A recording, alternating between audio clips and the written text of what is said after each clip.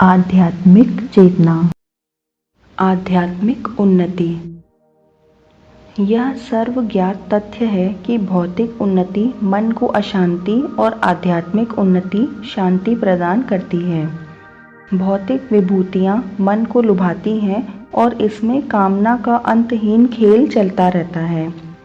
हम जानते हैं कि कामना अनंत आकाश की तरह विस्तृत है और भूल भुलैया वाली छलनी है, जबकि आध्यात्मिक अग्नि में तप कर निकले हुए व्यक्ति के लिए फिर किसी लोभ में फंसने की संभावना नहीं रहती है, क्योंकि काम, क्रोध, लोभ और मोह तो सभी इस अग्नि में जलकर स्वाहा हो जाते हैं।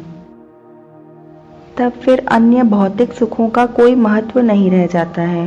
धर्म और आध्यात्म की शरण में आया व्यक्ति आगे कभी भौतिक संसार के इंद्रधनुषी मायाजाल में नहीं फंस सकता, क्योंकि उसे संसार मिथ्या लगने लगता है।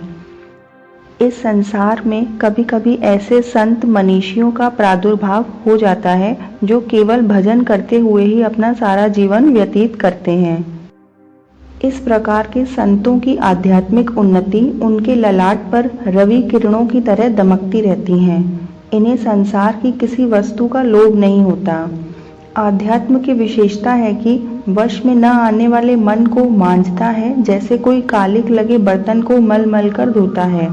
यदि एक बार भी मन चमक गया तो फिर जल्दी मायाजाल में नहीं उलझता। इस स्थिति में साधक ईश्वरीय पथ पर आगे बढ़ते हुए संतों की श्रेणी में आ जाता है। फिर आप ही बताएं, जो ऐसे पलों से गुजर जाएगा तो उसे फिर भौतिक जगत की कौन सी वस्तु लुभावनी लग सकती है। अब प्रश्न उठता है कि संसार में रहकर उसके प्रलोभनों से कैसे बचा जाए।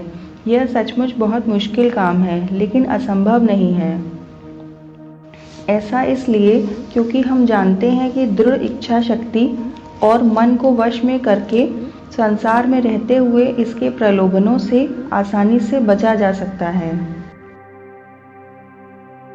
गीता का निष्काम कर्म योग इसी दिशा में आगे बढ़ने की प्रेरणा देता है।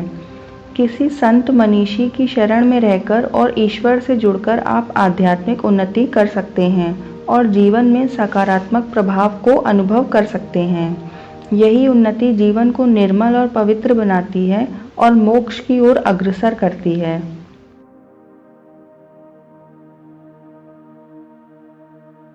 आप सभी का बहुत बहुत धन्यवाद।